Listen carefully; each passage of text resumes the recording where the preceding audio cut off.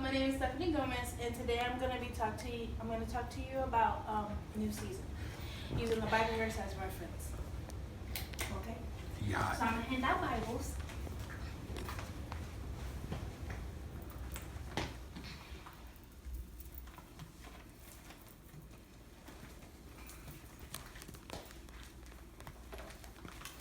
Okay.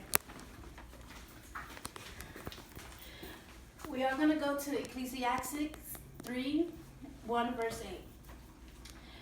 To everything there is a season, a time for every purpose under the heavens, a time to be born and a time to die, a time to plant and a time to uproot, a time to kill and a time to heal, a time to tear down and a time to build, a time to weep and a time to laugh, a time to mourn and a time to dance, a time to scatter stones, a time to gather them, a time to embrace and a time to refrain from embracing, a time to search and a time to give up, a time to keep and a time to throw away, a time to tear and a time to mend, a time to be silent and a time to speak, a time to love and a time to hate, a time for war and a time for peace.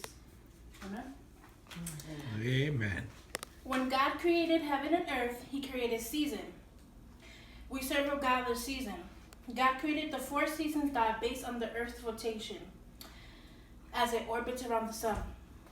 The seasons change as the earth moves, but the sun in our planetary system remains constant and everything revolves around it. Just like the same with the sun, Jesus Christ, our lives change and we will enter and exit many seasons, but the sun remains constant yesterday, today, and forever. We serve a God of season. God doesn't measure seasons with clocks and calendars, but with truth and revelation. Whenever God speaks a prophetic word, you've just stepped into a new season. Just like Ecclesiastes 3:1 says, to everything there is a season. Everything in our life is as to a season. Every pain, every process, every negative thought, every tear, every why me God, every single thing that we've done, have gone through, is a reason for the season, the purpose for the process. There are seasons you didn't want to go through, but through those seasons you learned some things, and you wouldn't have learned them if we didn't go through them. You may be going through a season of sickness, depression, anger, or hurt, or the season of wanting to give up. But you have to hold on to God's promises and grip tight and tell God, even through this season, even though this season is my worst season yet, I'm still holding on to what you have told me.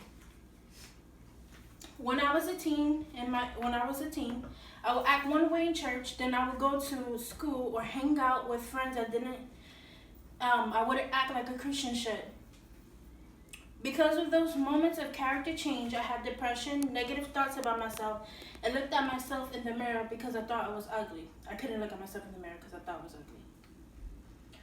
The only reason why I got out of that circumstance was because God kept pushing me and talking to me. He kept reminding me of my future while I was focusing on my past. We have to understand one thing. When we give our life to God, we give all of us to Him. You can't tell God what to fix and what not to fix. The Bible says in Isaiah 41:13, for I, the Lord your God, will hold your right hand, saying to you, fear not, I will help you. We have to learn how to let go of our fears and trust that the Lord will heal you, that He will take away your circumstance. Everything has an expiration date. Every year has its season. Your child has an expiration date. Every season has an end. Just like the flowers bloom after the winter, we shall also bloom after our trial is over. Today, you will step into a new season and bloom with victory. Excuse me. In this reflection, I'm going to talk about how new seasons can bring changes and new challenges to life. Let's talk about how new seasons brings new changes. When winter becomes spring, the flowers begin to bloom, So when God takes us out of our season, we begin to bloom. But with every bloom, there is a new change.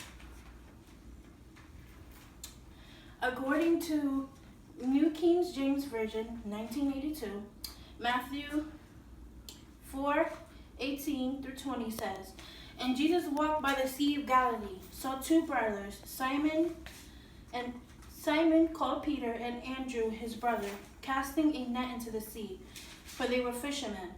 Then he said to them, 'Follow me, and I will make you fishers of men.' They immediately left their nets and followed him." After Peter made the decision to change his season and to follow Jesus, his life changed forever. According to New King James Version, 1982, in Exodus 33:13, it says, "Now therefore I pray, if I have found grace in your sight, show me your way, that I may know you, and that I may find grace in your sight, and consider that this nation is your people." Once we make the decision to follow God, we have to let God take full control. That's the major change that has to be made. Now that you understand what changes might your new season bring, let's talk about what challenges it can bring. Not only did these two people who I have mentioned face changes, but they also faced challenges. According to New King James Version, 1982, Exodus 4:10 says, "Then Moses told the Lord, 'Please, Lord, I am not eloquent. I was never in the past, nor am I now since you spoke to your servant. In fact, I talk too slowly and I have a speech impediment.'" According to New King James, 1982, Luke 22:57 through 62 says, "But it denied it. 'I do not know him, woman,' he responded. A little later, a man looked at him and said, 'You are one of them, too.' But Peter said, 'Mister, I am not.' About an hour later, another man emphatically asserted this man was certainly with him, because he is a Galilean. But Peter said, 'Mister, I don't know what you're talking about.' Just then, while he was speaking, a rooster crowed. Then the Lord turned and looked straight at Peter. And Peter remembered the word from the Lord, and how he told him, 'Before a rooster crows today, you will deny me 3 times.' So he went outside and cried bitterly." Sometimes our insecurities and fear can get the best of us and stop us from doing the will that God has for us. We learn 2 things from these men.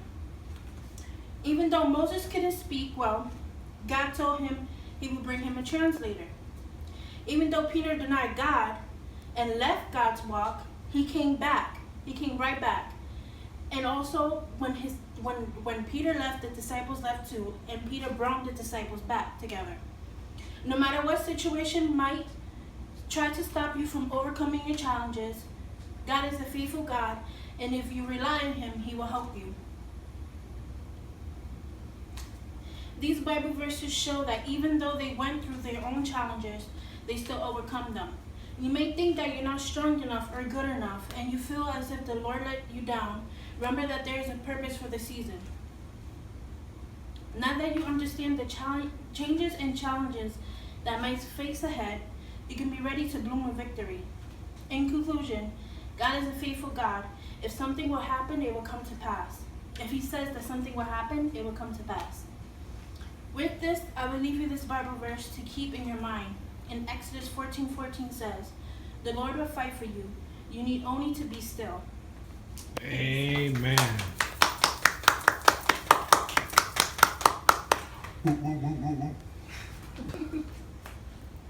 And the end.